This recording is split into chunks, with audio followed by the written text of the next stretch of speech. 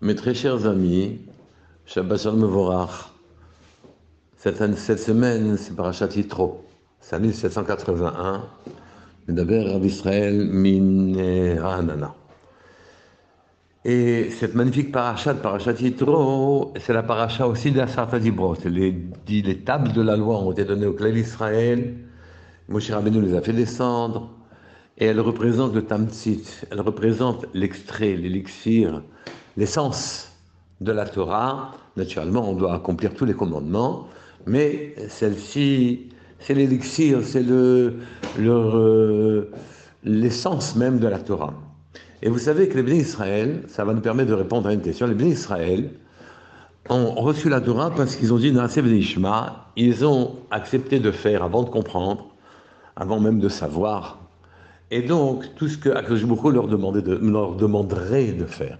Et ils ont reçu, pour récompense, 2 couronnes. Naaseh, une pour le Naaseh, une pour le Nishma. Ça fait, ils étaient 600 000, ça fait 120 000 couronnes. Quand ils ont commis le veau d'or, quand ils ont fait la faute immense du veau d'or, ils ont fait l'idolâtrie au Sinaï même, alors ces couronnes leur étaient enlevées, et elles ont dit, le Midrash raconte, et la Gemara aussi, elles sont passées chez Moshe Rabbeinu qui les a reçues, et donc nous avons été privés de ces couronnes-là, et Moshe Rabbeinu lui les rend tous les Shabbatot. Et on ne comprend pas très bien qu'est-ce que sont ces couronnes, qu'est-ce que ça veut dire que Moshe nous les rend tous les Shabbatot. Les choses ne sont pas claires. Dans la paracha, il y a autre chose que je voudrais expliquer. Il est écrit dans cette paracha-là, Vaïsaper Moshe lechotno, excusez-moi, pardon, Vaïse Moshe likrat chotno, Vaïshtahu, Vaïshaklo, Vaïshalu ish lere'eu leshalom, Vaïavou ha'ohela.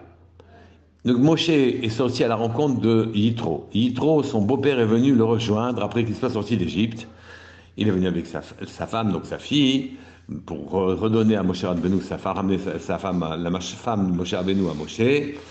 Et à ce moment-là, la Torah nous dit que Moshe est venu embrasser son beau-père. Bon, c'est une grande amitié, ça prouve qu'ils s'entendaient bien, mais ça ne nous explique pas pour quelle raison la Torah s'applique, souligne ce détail. La Neshika, c'est vraiment pas, a priori, ce qui paraît important, bien que dans le Zohar, à propos de Shir HaShirim, c'est écrit Yishakeni min shikot peu, vous vous souvenez de ce pasuk-là, que Yishakeni, il m'embrassera min shikot, avec des baisers, et le Zohar traduit ça Dvekut Rucha Berucha, une liaison d'un ruach, d'un souffle avec un autre souffle. Donc, pourquoi souligner ça dans la Torah? Et pour expliquer tout ça, on est obligé de passer par une autre parenthèse dans la Torah, par un pasuk magnifique qui vient finalement éclaircir tout ce débat. Le pasuk c'est le suivant, c'est marqué Ki yavo elai ha'am, lidrosh Elokim.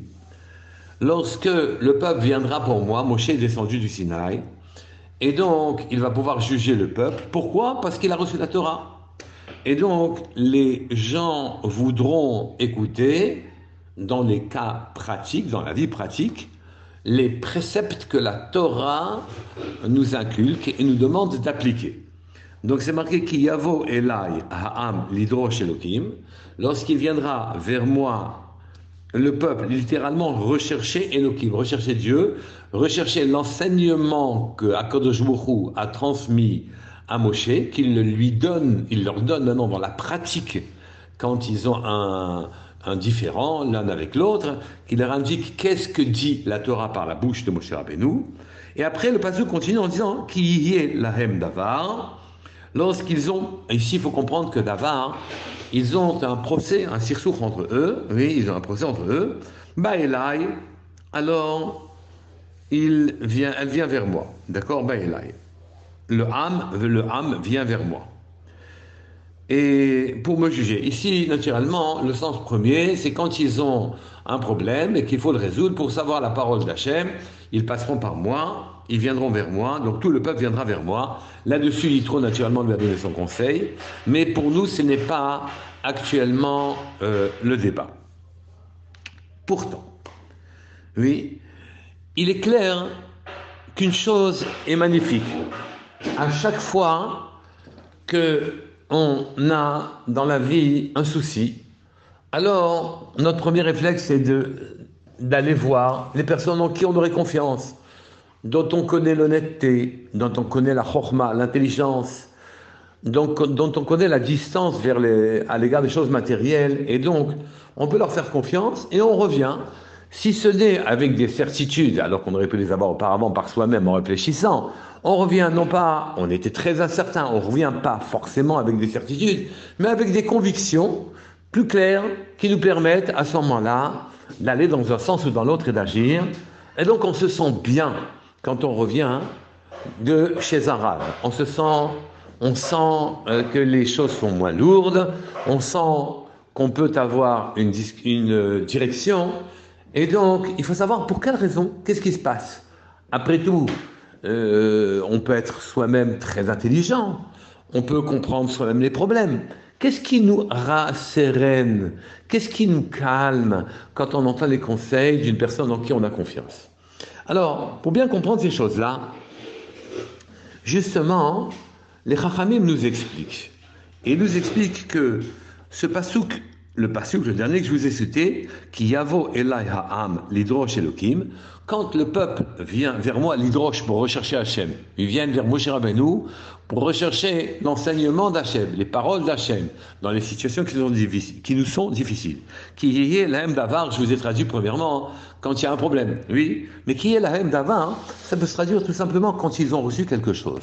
Les Chachamim pourraient même l'interpréter jusqu'à dire, quand quelqu'un a eu la chance dans sa vie d'avoir un révar or, d'avoir un éclaircissement, d'avoir une grande chose, d'avoir une compréhension fine. Et à ce moment-là, on s'aperçoit que celle-ci ne nous reste pas. Elle s'en va, elle est fugace, elle est fuyante.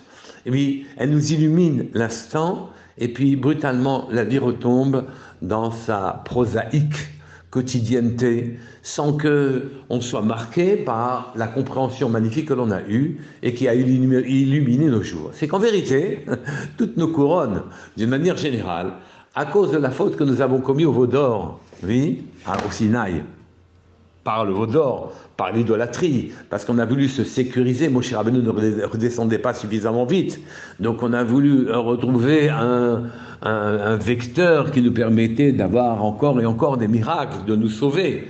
Eh bien, quand on s'est retrouvé devant le veau d'or, nous n'avons plus de mémoire. Le révar or, la lumière que l'on reçoit s'efface de chez nous, elle disparaît.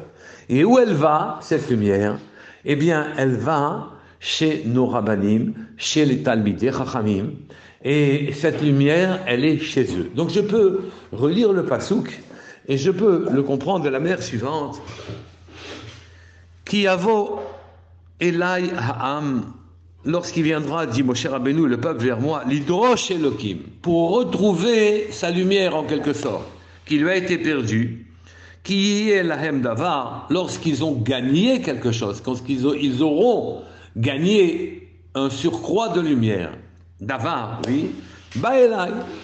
Alors le peuple vient vers moi pour retrouver quoi? Pour retrouver sa lumière, pour retrouver ce qu'il avait perdu, pour retrouver ce qui était à lui, et que le niveau qu'il a actuellement, du fait des fautes qu'il a commises, l'empêche de conserver ce surcroît de lumière, ce révar, cette lumière qui lui a été accordée, et qu'elle s'en va vers qui? Elle s'en va vers ses chachamim, elle s'en va vers ses rabbanim.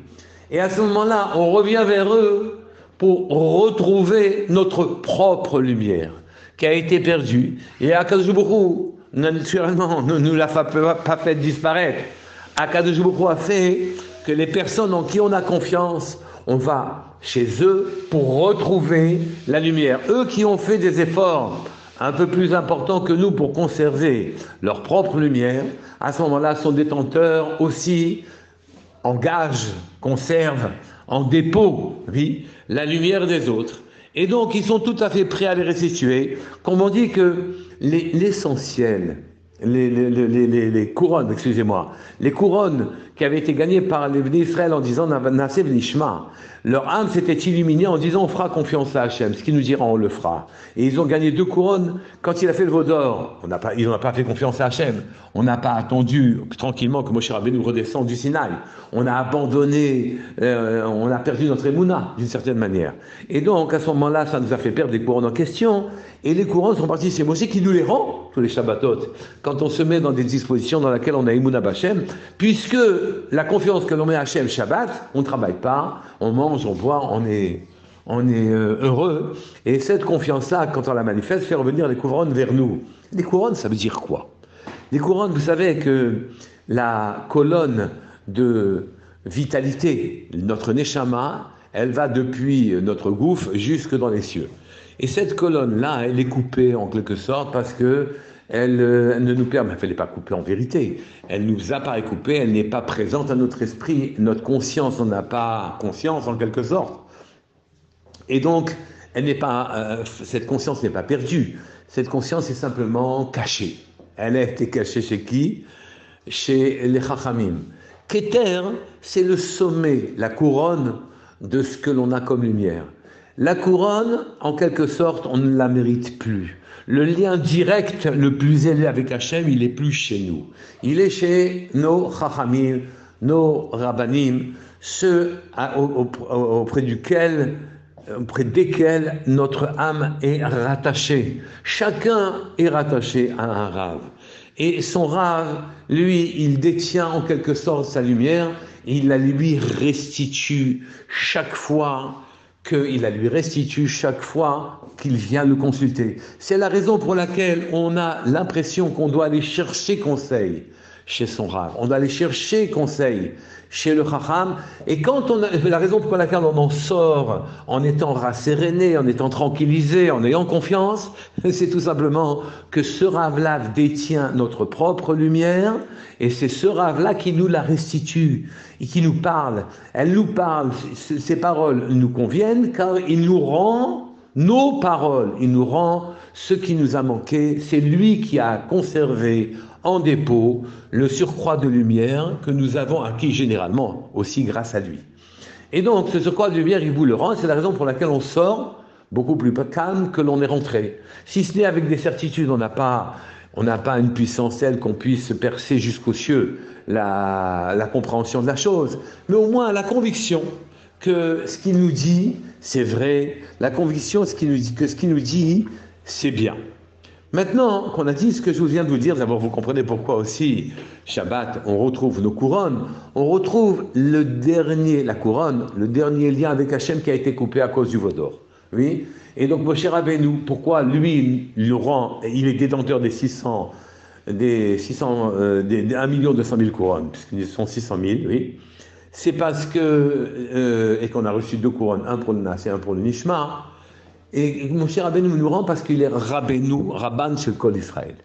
Il est le Rav de tout Israël. Et donc il détient toutes les grandeurs de toutes les Neshamot, de tout le clan d'Israël. C'est lui qui détient tout. Et donc c'est lui qui a reçu tous ces surcroîts de lumière et d'éclaircissement que nous avons acquis avant de monter au Sinaï. Et c'est lui qui nous les restitue. Et c'est la raison pour laquelle Moshe a tout dans les mains, il nous rend tout, parce que c'est lui qui pèse en quelque sorte, qui a en quelque sorte la responsabilité de toutes les âmes d'Israël. Maintenant qu'on a dit ce que nous venons de dire, alors nous pouvons comprendre aussi pourquoi Moshe Rabbeinu a embrassé son beau-père quand il l'a rencontré. Quand il l'a rencontré, il est venu. Et la Torah souligne cet événement comme si c'était un moment important. Au fond, ils se sont embrassés, c'est une manière de se dire bonjour, de se saluer, de montrer que tout va bien entre eux. Eh bien non.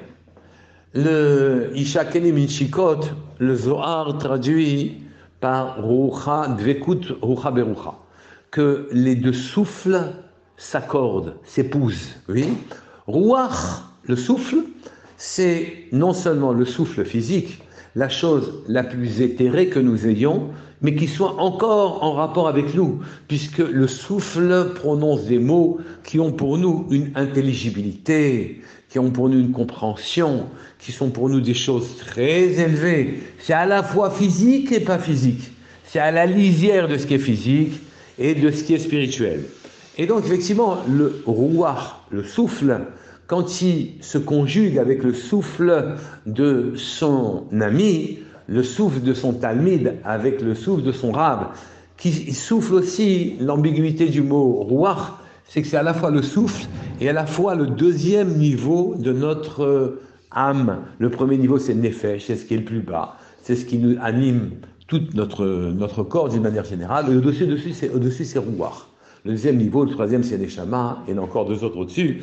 Mais en tout cas, ce rouah, dvekut rouah berouah, ça nous ramène l'un vers l'autre, et on restitue, on aide la personne par le rouah que l'on lui accorde d'une certaine manière. Celui qu'il nous a donné et celui qu'on lui rajoute. N'oubliez pas que Yitro, lui, recherchait quelque chose toute sa vie. Il avait, quand il recherchait ce à quoi il servait dans le monde, pourquoi il était, pourquoi le monde, pourquoi il y est venu, quel est son rôle dans le monde, il avait fait quasiment toute la Avodot Zarot. Il avait appris toutes les idolâtries. Il s'était essayé à tout ce qu'il croyait être spirituel dans le monde. Et donc, pour rechercher Hachem, mais sa recherche était sincère, sa recherche était profonde, et c'est la raison d'ailleurs pour laquelle sa fille s'est mariée avec Moshe Rabbeinu. Et donc, ici, Yitro, lui, dans sa recherche, qui était sincère, s'est abîmé aussi énormément par toutes les avodot zarot, par toutes les idolâtries qu'il a faites et qu'il connaissait parfaitement. Et donc, son niveau était très bas et il s'est trouvé très décalé par rapport à Moshe Rabbeinu. Mais Moshe Rabbeinu est venu par son souffle, alors que on ne sait pas, il y a une discussion de savoir s'il était avant ou après la Torah venu voir Moshe Rabbeinu au Sinaï, si Yitro était venu avant ou après la Torah. Donc on ne sait pas s'il a reçu les deux couronnes, il n'a pas reçu les deux couronnes, il lui a restitué ou pas restitué. En tout cas, le tout se restitue par le souffle. Et donc, en embrassant son beau-père, Moshe Rabbeinu lui a fait cadeau, en quelque sorte, d'un surcroît d'âme qui l'a fait monter. Il faut savoir qu'en ce qui nous concerne, en quelque sorte, nos rabbanim, nos chachamim, nous restituent notre propre âme, notre propre compréhension. Avec leurs mots, ils nous redonnent ce que nous avons perdu. Mais nous reconnaissons ces mots, ces lettres comme étant les nôtres, oui, et c'est pour ça qu'on se sent bien après les avoir visités, après être passé quelques moments chez eux. Et c'est la raison pour laquelle ici, le Passouk souligne la Neshika que Moshe Rabbeinu a donnée à son beau-père, car cette Neshika, ce baiser en quelque sorte, oui, est tout simplement une transmission d'âme à l'autre. Lui, Moshe Rabbeinu a transmis une partie de son âme à son beau-père pour qu'il grandisse et qu'il se sente bien parmi les Bnei Israël. Et nos rabbanim, d'une manière générale, nous restituent notre propre âme, nos propres couronnes, tous les jours, pas seulement les Shabbatot, quand nous étudions avec eux. Shabbat Shalom Mevorach. J'espère que dans cette paracha magnifique où la Torah nous a été donnée, dans cette paracha magnifique, on va voir que beaucoup lui-même nous emmènera par ses baisers, sa proximité, son rapprochement, nous redonnera le lien dont on a terriblement besoin avec lui. Ce lien descendra chez nous dans des très bonnes conditions et pas dans des conditions difficiles, de manière à ce que tout ce que nous avons de matériel puisse s'habituer à la profondeur et à la spiritualité pour qu'on ait un lien profond avec Hachem. Shabbat Shalom Mevorach, Kol Tov.